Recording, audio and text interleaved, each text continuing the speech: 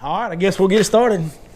We got the most illustrious of sitting guests tonight. The often imitated. Never, ever duplicated. Please don't let anybody duplicate this.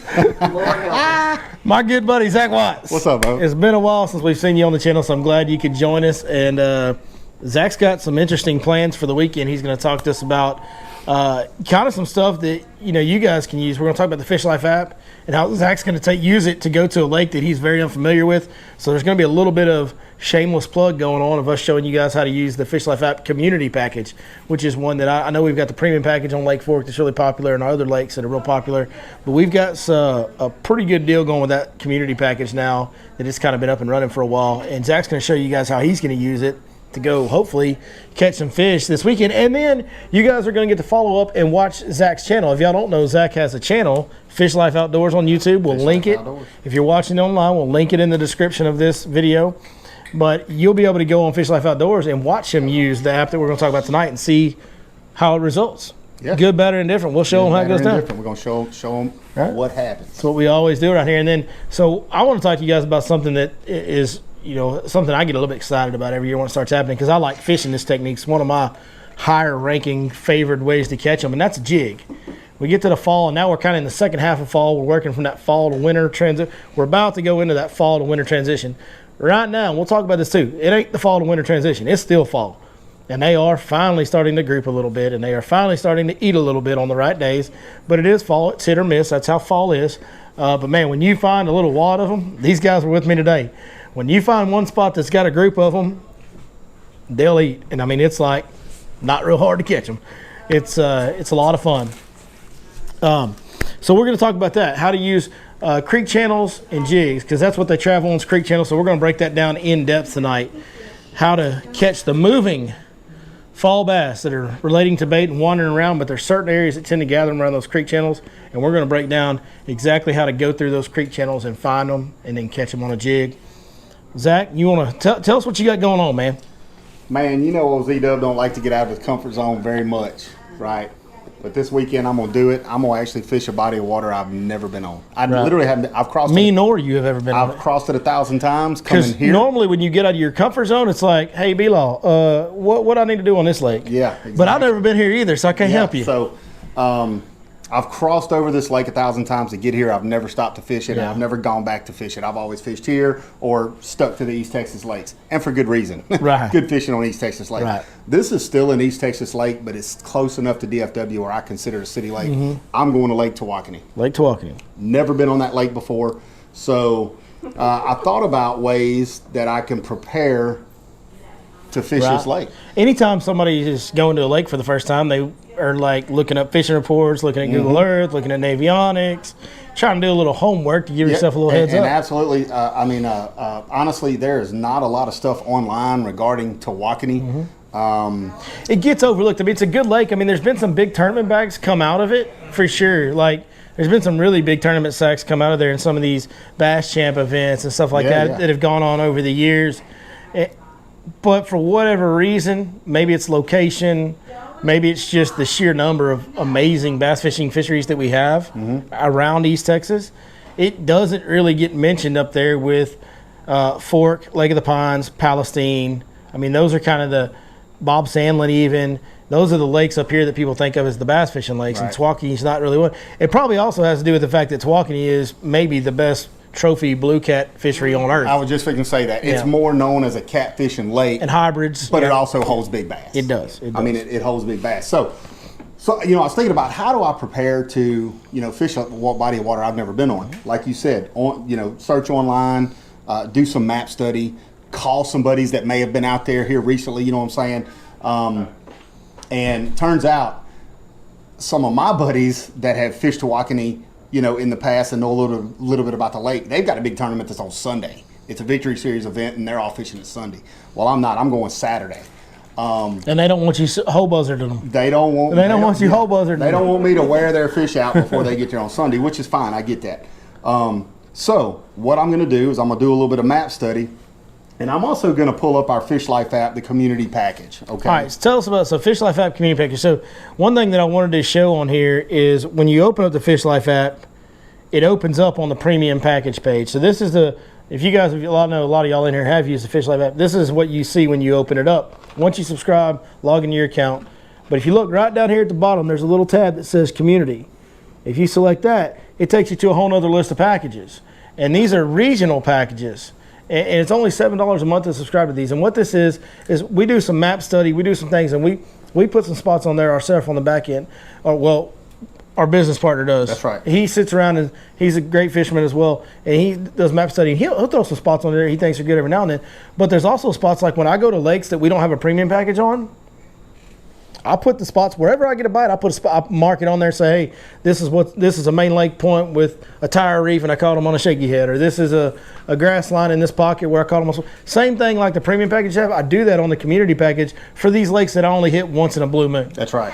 And so you can go in there. In our region is Mid-South, and it opens up Texas, Oklahoma, Arkansas, Louisiana, and anybody can add a spot to that. They can at least try. They can submit it. We will approve each spot after we verify that it's a real spot. One thing that makes our community, because there's other apps that have these community features where people can add spots. Anybody can add spots. What makes ours different is, first, when Garrett goes on there and he's fishing Lake Tawakoni and he finds a bridge or something that's holding fish and he marks it and he hits submit, it doesn't automatically show up on the app. It sends us an email, and then we verify that that is a real spot on a public lake, that it is what he's talking about, that the information is accurate and good data. And then we go ahead and publish it that same day. Like he'll send it and then it'll get published that same day. And then it only stays live for 60 days. So just like our premium package is how we update them every month. Well, when you open this up, you know that nothing you're looking at is more than 60 days old. So you're not out there in June trying to fish an offshore spot that was good in January. Like, you go to these other apps and those spots just stay there and stay there and stay there. You never know what you're really looking at. It becomes confusing on some of these other community-driven apps. With ours, it stays clean, it's current information, and it's going to be verified to be more accurate than any other app you can find. So yeah, absolutely. So, when you do pull up the Mid-South package, it encompasses Texas, Oklahoma, Arkansas, and Louisiana. Mm-hmm. As you can see by those little red waypoints, we have waypoints all over that package. Now, if I zoom in closer to Lake Tawakoni, somebody's been doing some work. Yeah, you'll see that we have spots on Lake Tawakoni that other users have input. Right. Here's another beautiful thing about the Fish Life app. Anybody, whether you're a subscriber or no, anybody can put a spot on the app. Mm-hmm. Okay, so let's show them how to do that real quick before we go any further. So for anybody that's new to the community package, if you get on, click the community tab. Here's where it opens up. Go ahead, click this community tab right down here. Right up at top, it'll say suggest a spot. And what it's going to do is drop a pin right where you're sitting. Right there, it's dropping a pin on Lake Fork Marina. So if you're on the water. Now you could go ahead and title and describe it, hit submit, and you could just right where you're sitting, you can drop that spot. But you can also hit this little expand button. It'll pull up a full map. And let's say I wanted to go put a waypoint on this dock right here. Tap it right there one time, and you can drop the waypoint wherever you want to. So if you've moved on from that spot and forgot to mark it, or you're sitting at your house at night and you want to contribute to the Fish Life app and help us grow this community of people helping each other catch more fish, you can go on there and just ting, hit it, and then go back to collapse, and now type in your title and your description, hit submit, and it goes forward to us. So you can also add pictures. If you catch a big one on a spot and you want to add that on there, do a little brag board, hey, you can mark the spot, title it, describe it, and throw your picture up there of your big fish you caught. Yeah, definitely. So, like I said, you don't have to be a subscriber to add spots to the Fish Life app. You just have to download it. If you want to view spots in a particular region, you would have to subscribe to that region. So I've already done a little bit of homework, to be perfectly honest with you. I made the decision today that I was going to Tawakoni, and I said, well, let's just see what's out there. So I started clicking around. I see this one here, 2 mile boat ramp, somewhat of a community spot, I would believe. But like things like this, a main lake bank, I would have never thought to stop and fish that bank. Fish a straight main lake bank. When you zoom in, it's not a whole lot of, at least it doesn't show a whole lot of stuff there. But this guy right here who put this in, username Scampy, I actually know this guy. I've fished his spots before on Hubbard and Lavon. He's a DFW area fisherman, and he puts spots on a lot of our DFW lakes. I have caught fish on his stuff. So not only do I know this right here, I know this fella, and I just happen to know him. But if I don't know him and I've fished his spots time or two and I've caught fish, then you know that guy's putting the juice on there. I'll know that when I am going to another lake, if I see the same username, I'm like, oh man, I caught some fish on his spots before. Let me go try some of those spots, just to see what's going to happen. And we don't have it ready yet, but plans are down the road in the future. We're going to make it to where you can follow users. Yeah. So for example, this guy right here, Scampy, if I've fished a couple of his waypoints and I have had some success, I can't yet, but in the future, I will be able to follow Scampy, and then whenever Scampy puts some more spots on there, it'll ping you. Yeah, I would get a notification saying, "Hey, Scampy put 3 spots on here on Lake X." Whatever the case may be. Scampy up behind there, huh? Sir? You can just Scampy up behind him. Man. Yeah, that's right. But listen, this is a totally community-driven app. It's fishermen helping other fishermen, which is the reason why we got into the fish like that. The funny thing is, the inside culture would say this is insane. Who's going to volunteer their own fishing spot? And that's what the old school inside traditional culture of bass fishing would tell you. But it would also tell you that I would have been out of business by now, because I share everything. I'll bring a camera in the boat every week, and you guys that are local here know exactly where I'm fishing. I know you live in Birch Creek. You know where I'm at every time I post a Lake Fork video. You know. Not only that, we've got an app with a premium package on Lake Fork that I put spots on every month that hundreds of people, hundreds of people, we haven't reached thousands of people on Lake Fork alone yet, but hundreds of people subscribe to this, and I haven't really seen it affect me in a negative way. I really haven't. The bottom line is, the way fishing's getting these days, man, everybody's fishing everything. Like, there's a lot of people fishing, and especially on Lake Fork. You're not going to keep a lot secret anyway. And man, if I can help a lot more people narrow down the process, this whole deal is exactly what Zach's doing. It's a learning curve. I'm going to a new lake. I need an idea of where to start. And the reason that I wanted to do the map chip when we did, the reason I wanted to do this app, and we talked about this a little bit today in the boat. When I was just a weekend angler, before I was just a guy that worked 60-hour weeks and waited all week to get my chance to get on the water, man, I would have given anything to be able to pull up to a lake and go, okay, I can go fish this main lake point, see this is the type of point they're setting up on, hey, and they're biting a Carolina rig and a shaky head. So now I got a couple baits that I can have some confidence in when I start, and I've got everything narrowed down to where I know, man, this guy's got 5 main lake points marked, so there must be some fish on these main lake points. And even if I can't get on that spot, what if there's another boat on there? At least I have an idea of the pattern. This is just a way more detailed, updated weekly fishing report that you can use on your trips, except it actually has waypoints on it. So you can go check those spots out for yourself, see exactly what type of areas they're holding in, and then you can use those spots on the app, and you can also duplicate it across the lake. I know Vic fish tournaments out here with Cody Mays, and you guys have used the Fish Life app and used it, not always fishing on the spot that's marked, but fishing those spots that are marked and then duplicating those spots in similar areas across the lake. And you guys have won a ton of freaking tournament money out here doing it. I mean, won a ton of money using the education of that app as far as using it for knowledge tool. And yeah, sometimes you're fishing the spots we mark, but you're also finding areas that are similar to that work for y'all. That's right. It's just a lot, it's an information age. And I used to try and gather as much information as I could back in the day when you didn't have access to all this stuff. I would read every fishing report. I watched every TV show, recorded it, read every Bassmaster article from every professional, and I would take all that information, and I was trying to cut the learning curve. And this was just a way and an opportunity that I saw to bring an opportunity to everybody that's in the same shoes that I was in for so many years that wants to cut the learning curve. And now we can all just really cut the learning curve, and that's what the community package is great for, because now not only can I help you cut the learning curve, but we can all help each other. Yeah. And we have to charge for it because it costs money to operate these things, these apps. But $7 a month, I promise you, we're not getting rich on that, guys. We're not trying to make $1 million off anybody. We are really trying to do something that is for the benefit of the general fishing community. But for it to work to its maximum potential, we need people to participate. We need you guys to go log into it, sign up, subscribe to it, and start throwing some spots on there once in a while. So being a fishing guide, do you find yourself sometimes answering the same question over and over? Oh, of course. Okay. Yeah. So I've asked this question. I've presented this 1,000 times, and I get the same answer every time. Let's say you're going to Lake Palestine, for example, oh no, let's use my example. I'm going to Lake Tawakoni tomorrow. Never been on the lake. I live here. Never been on the lake.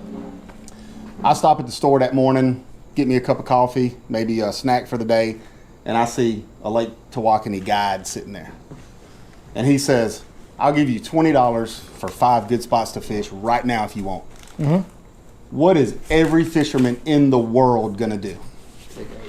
They're going to start pulling for that wallet right You're there. going to reach over that $20. Yeah. You know what I'm saying? I mean, it's the same concept here, guys, is that, you would pay $20 in a store for that guy to basically tell you, go over here and fish that big tree.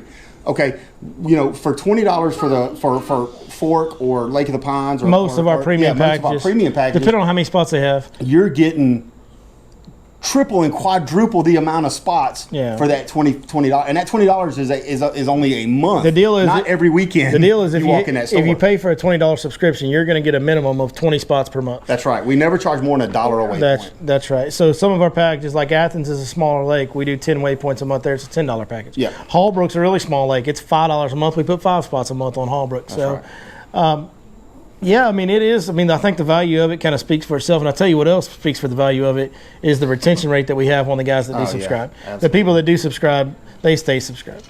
We have a huge retention rate, way above and beyond any subscription app projections in the business. Well, and they'll text us, how well they did using the app. They'll text us pictures. Yeah, we've documented a lot of that stuff. Check out the Fish Life Instagram page. To see it's pictures. full of pictures of users. It is. It is. We had the first year this thing was in operation, and I haven't done as good as Has 2020 been a little crazy on anybody else? Yeah. It's been a little crazy at my house too. Okay. So I haven't done as good a job of keeping up and posting about and kind of promoting and mentioning what we're doing with the Fish Life app and the user success this year, but it hasn't dropped off. And I can tell you for sure in the first year, I know that we had everyday weekend anglers catch double digits. We ran the contest year one, remember? It started in March. We ran it for 10 months. That's right. And we did not, I don't believe we had a month. We never had a month without a double digit. With a double digit win. I can't. It wasn't more than 15, and it wasn't less than 10. I don't remember the exact number, but I remember when we got to 10 double digits. I was like, we got double digits. Double digits. Yeah, we got over 10 people, and it was somewhere between 10 and 15 that reported it to us. Now these are the ones that took the time to send the pictures in. That's right. And not everybody does, but we had confirmed, documented cases of over 10 people that caught a fish of a lifetime for them. Yeah. A 10-pounder, an 11-pounder, a 12-pounder. Now we haven't gotten over 13 yet, but we had 10s, 11s, and 12s caught using the app. And like I said, these are just weekend anglers that subscribe to a package, use that information and narrow that learning curve, and end up catching the fish of their lifetime. Yeah, that's why we kind of do it. That's why it's really cool, man. It's awesome to see that, to hear that feedback too. It is, and I'll tell you one thing, and I mentioned a little bit when the Elite Series guys were here, I'd often wondered because it's available to everybody. So by the way that those professional tournaments, no information rules are written, it's not against the rules for these guys to use an app that anybody can buy. It's not. It's no different than Navionics, And I often wondered if these guys were using them because every time one of these pro tours goes to a lake where we have a premium package, it's like a lot of the leaders are fishing spots that are marked on the Fish Life app. And I never knew. And to me, I was just happy to say, hey, the best fishermen in the world are verifying that we got some really good intel on these apps. Right. Now I know for sure they're using it. One of them, when they were here a couple weeks ago, one of them came up to me right outside this parking lot 2 weeks ago, right before the seminar, when they were here, and straight up told me he was using it. I like to hear it. And so, I mean, that just goes to speak, and we're really, really proud of the product we put out. And they're using it. We can all use it, and it's really all about helping. And we really want to start trying to get more people on this community package. We got quite a few on there now, but we would like to grow it. It's not as big as our premium package subscriptions are, and it's cheaper, and it gives you really more information, and it's something we can all participate in. And, man, if we all start participating in the community package, we can really grow something that's pretty unprecedented in the sport of helping each other catch fish. Well, I mean, look, it's pretty good now. Imagine how good it would be if everybody would put a few spots on here. It's not all guides putting those spots on there. It's regular folks putting spots on there. It's some guides. I put spots on there sometimes. But you was talking about paying $20 for 5 spots. This is $7 for like 100 and something spots right now. That's right. Right now in this region, there's already 100 and something spots on there. Pay $7 and you get all that information for the 4-state region, over 100 waypoints, and a lot of it around our region right here in DFW and East Texas. Right. So anyway, that's what I'm doing this weekend. Using the Fish Life app to break down Tawakoni. And we're going to go watch Fish Life Outdoors and subscribe to it, and that way we can make sure we see how effective it is for Yep. you. Hopefully I can get the video up this coming week. I got one piece of advice. Try not to suck, bro. Try not to suck. That's what I used to tell Dylan and Seth every time they go up to bat. They was on deck. Tara would walk up and say, just don't suck. I tell my kids that when they wake up in the morning. Just try not to suck today, boys. All right, let's talk about a little bit of jig fish. Anybody have any questions or anything before we move on about any of that? Yes, sir. Is it all largemouth bass spots, or is it like, hey, this is a good hybrid hump, or hey, I've been catching straight I don't. I'd have to go in and verify every spot. I can answer that question. So I have seen crappie spots on there. Okay. I have seen catfish spots on there. Hey, here's something. I seen red fishing spots down in the Louisiana marsh on there.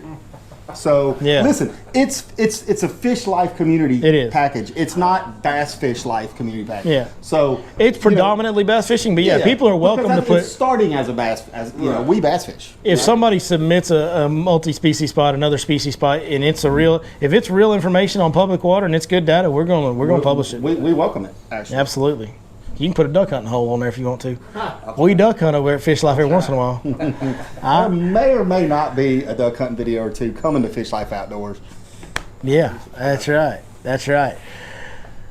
Any other questions before we move on to creek kennels and jig fishing? I know that's probably more along the lines of what you guys were expecting when you get here. I apologize for doing the long sales pitch there, but it's something that I really think can help a lot of people catch more fish. So I wanted to dive in on it tonight. But man, it is one of the most. I feel like I'm always saying this because I just love bass fishing, and it's like there's always something going on that I get really excited about. Like, I'm going to talk about jig fishing for a while, and then I'll probably start talking about a chatterbait and a lipless crankbait here in January, February, and then I'll start talking about sight fishing, and I'll really lose my mind. He won't go 2 weeks without talking about the chatterbait, so y'all have a reprieve. We caught plenty on it this morning, as a matter I'm of gonna be fact. throwing it tomorrow, man. But jig fishing is, man, it's a special technique. Yeah, I think it's a technique that experienced fishermen are all comfortable with it, and for the most part have a lot of confidence in it. But in the weekend angler, more amateur levels, I've talked to several people over the years that are just not confident with the jig. There's some reason they get intimidated by it. Because the word on jig fishing is that you're just not going to get as many bites, but you're going to get bigger bites. That's kind of what people say. I've found that to be, yes, you do get bigger bites, but the not getting as many bites is not always the case with the jig. In my opinion, it's just not. You do tend to catch a bigger bite on a jig, though. And anybody complaining about getting a bigger bite? No, I'm not. I'm not complaining about getting a bigger bite.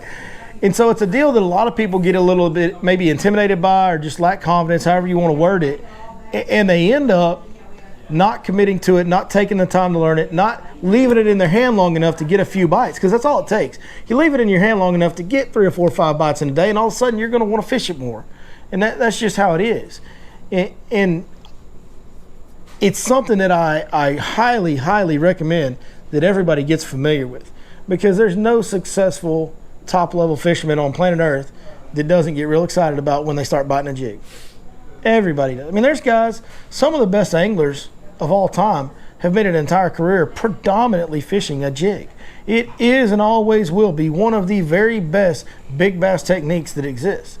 Denny Brower caught God knows how, 80% of his fish in tournaments on a jig, maybe? Like, literally. And he's one of the greatest anglers of all time. Greg Hackney is one of the current greatest anglers that we've had in our lifetime, in this generation. And he has caught, now Greg Hackney's a little more versatile than Denny was, but man, Greg Hackney's known as the jig guy. He's won a lot of tournaments on a jig, and he is really, really known for keeping that jig in his hand more so than others. So it's evident the effectiveness of the bait. And we all, as bass fishermen, if there's a bait that's that effective, you owe it to yourself to figure it out a little bit. Like, I didn't ever like fishing a jerk bait, but I've had to learn how to fish a jerk bait because it works. You know, I'm just missing out on too many bites and too many good bites. So, but jig fishing kind of goes in a cycle in the fall. From fall to spawn, there's kind of a cycle of jig fishing. You start out in the middle of the fall bite and you throw little jigs up shallow, little finesse jigs, small profile jigs, and you can really just fish them anywhere you want to around shallow cover, vegetation, timber, whatever, docks, and you can kind of scrap out some quality bites anywhere up shallow in the right scenarios. And then as we get to the second half of fall, we start transitioning out of those small profile finesse jigs into the traditional flipping jigs, 3/8 ounce, half ounce flipping jigs. And that's kind of the size of jig that you're going to stay with through most of the winter. There is a time and place for 3/4 ounce jigs later in the winter time, which seems counterintuitive. And we can talk about that in a minute. But right now, I'm kind of in that window where I might still throw that finesse jig up shallow if I'm getting some bites doing it. But I'm going to be pretty quick to start thinking about picking up that flipping jig and getting out off the bank a little bit and finding a creek channel. Because as the water has gotten down into the lower half of the 60s, and it will continue to get down probably next week, by the end of next week, we might reach the upper 50s water temp. We'll be right around the 60-degree mark. We got a little bit cooler weather coming next week. Not going to be a drastic temperature drop. It's not a huge cold front, but it will drop the temp some. What's happening is those fish are going from chasing and wandering shallow water areas in the creeks and kind of scattering all over the place. They're starting to kind of come back together a little bit, getting ready here pretty soon, some of them to back out. Especially with the lake being low and not having as much grass. A lot of these fish are going to suck back out towards the main lake somewhat as we get colder and colder throughout the year. Well, that's a beautiful thing, because when they start doing that and pulling together in that creek channel, that's going to condense them in a predictable location for you if you understand creek channels and how to fish them efficiently. And that's a big part of what we're going to discuss tonight. When they do that, and you get a bite on the jig, and you guys saw this today, we had some brush on the side of a creek swing, creek channel running right through the brush. And first time we went there, I don't remember how many we caught, but we caught a few over 5 pounds there, and we caught several fish, and they quit biting. And then we went and fished some other areas, and then we came back that afternoon, and we caught even more there in the afternoon. I mean, it's that kind of deal. It's a highway, it's a gathering spot, it'll gather a group of fish, and when you throw a jig in a creek channel, man, you do not know what's going to happen. Talk a little, before we get into the how-to, let's talk a little bit more about the effectiveness of a jig. The second biggest bass ever caught in the state of Texas, a 17-pounder caught by Mark Stevenson, was caught on a flipping jig at a creek channel junction in November. The second biggest bass, the first state record, the first share lunker, probably the most important fish in the history of the state of Texas, was caught right up this arm of this lake at the Lake Fork Creek and Garrett Creek Junction in November on a flipping jig. Y'all want to hear a story about that fish real quick? It's a great fish catch story. A great fish catch story.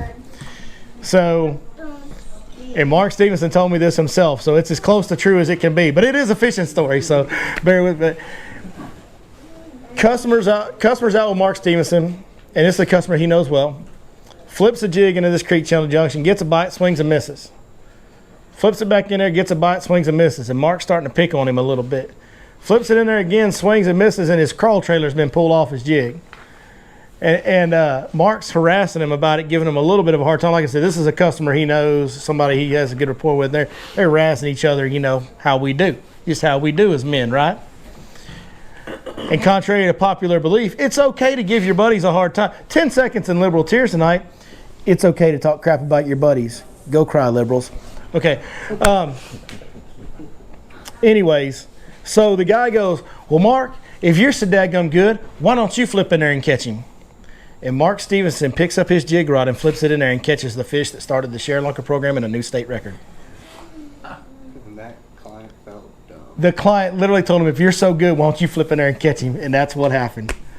That's a great story. Is that not greatness? That is greatness right there. Mm-hmm. But anyway, so yeah, and if you go look at the top 50 list of top 50 bass ever caught in the history of the state of Texas, granted, a lot of them were caught a long time ago. I'll give you that. But still, the biggest 50 bass that have ever been caught in the state of Texas, a black and blue jig in the colder months is the #1 most common technique that they list. A lot of those fish list what bait they caught it on. They all list what date they caught it on. And from November to March, a black and blue jig has caught more of them than anything else has. So it is an important technique for you to understand right now. And right now, starting today, going forward all the way till March, you need to understand that black and blue jig. How-tos. So right now we're fishing relatively shallow creek channels. Our best spot today was a creek channel. It was 4 foot on the top side of the creek channel on the flat. The flat was about 3 to 4 foot deep. The creek channel itself was about 8 foot deep, 7 to 8 foot deep. So a good little drop. One thing that we preach on in the wintertime is we look for these really sharp outside bends with a sharp dropping, you get a hard outside bend. The creek channel wanders down the creek and it makes a swing out in a hard bend, and you'll get where that water rushed around there before it was a lake. It creates this just sheer bluff wall, mini bluff drop off with just a straight drop of about, depending on the creek, anywhere from 3 to 6, 8 feet, depending on which creek channel it is. You do not have to look for that right now. The good part about fishing creek channels early in the season is there's a lot more of them in play. The shallower ones that are in play, you can visually see a lot of the timber in them. That makes everything easier. The bad part about it is they can be in a lot more non-obvious spots. They can be in a lot more discrete spots as far as it doesn't have to be a big bend. It doesn't have to be a big sharp drop off. It can be a little more subtle. That creek channel we fished today had a little bit of a rounded off edge on it. You know what I mean? Like it wasn't just the obvious big creek bend with a hard drop off with a bunch of root systems and all that stuff. It was souped up because it's always had some brush on it, and somebody just put a lot of new brush on it. So that worked out really well. Thank you to whoever that was. But anyways, you got to just fish a creek channel. And when I say just fish it, I mean you got to cover the creek channel and not necessarily go fish a spot, a bend, and a bend, and a bend. You got to kind of go fishing a little bit. Like in the fall, we kind of get up on that bank and we wander around looking for them shad chasers with a lipless crankbait or a square bill or a chatterbait. We got to cover some water to find them in the fall. Well, we're still in the fall, guys, and these fish are still very mobile right now.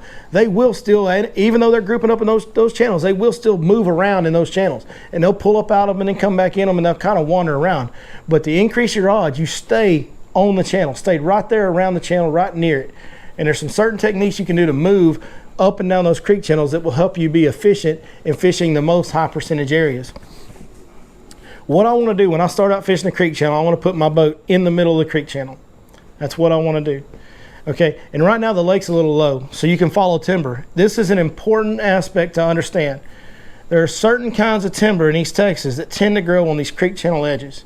And the number one giveaway is the big circumference live oak stumps. Live oaks hold their leaves longer in the year than any tree does in this area right here. And because they held their leaves longer in the year and they were one of the biggest trees in the forest, they needed more water.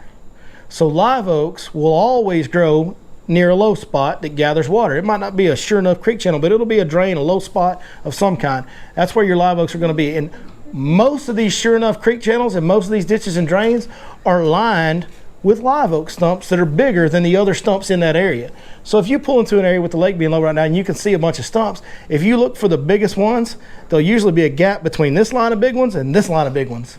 That's the creek channel right there in the middle. Those live oaks were growing right on the creek channel, right on the drain, right on the ditch, so that their roots would be out there in the bottom of that creek channel and getting more water throughout the year. So it's just a little kind of trick you can use to, hey, them blue lines on our maps are great, and a lot of these maps are really accurate these days, but they ain't always going to show you the exact contours of a turning creek channel throughout a creek. So I like to start with my boat. Let's say I'm going to start in the back of a creek and work my way out. That's one of my favorite ways to do it right now because they've been up shallow, they've been pushed back in the creeks, and they're starting to condense and pull back. So I like to go way back, as far back as I think I need to go to the back of a creek, start in the creek channel, work my way out. How shallow did we start this morning? Foot and a half. And the boat was in what? Mud. A creek, but the boat was in a creek channel. Yeah, it was in a creek channel. We fished the edges, but the boat stayed in the creek channel, worked our way out. Hey, picked the trolling motor up, went further down the creek channel, started fishing another section. But you start out with your boat in the creek channel, and you move down the creek channel, you stay in it. Now, when the creek channel makes a swing, so if my boat's going this way, creek channel this, my boat's coming this way. If the creek channel makes a swing here, I'm going to swing away from it. You're not going to go with it. Every time the creek channel makes a turn, I'm going to swing away from it. Then if it comes up here and makes another turn, well, I'm going to cross it and get on this side. I always want to be, anytime the creek channel is making a bend, I want my boat to be positioned on the inside of the bend. And that's because even though they can be on the inside or the outside and they can kind of be all over it right now this time of year, your highest percentage spot in any creek channel bend, even a soft, subtle bend, your highest percentage spot is going to be that outside bend. That's where if the stumps are on the edge of the channel, that's where the root systems will be the most exposed from the old washout back in the day. That's where you are going to have the most significant change in depth. And a big dominant fish is a big dominant fish. And he's going to want to be around the most dominant piece of structure and cover that he can. And your odds of running into that are better on the outside of the bend. So every time the creek makes a bend, I move my boat a little bit to the inside. And I'll just go down that creek and I'll just pitch at stumps. And I'll hit every piece of visible target. And even if I can't see stumps, I'll just visualize where that creek channel edge is. I'll throw a little bit outside of it and drag it down till it falls.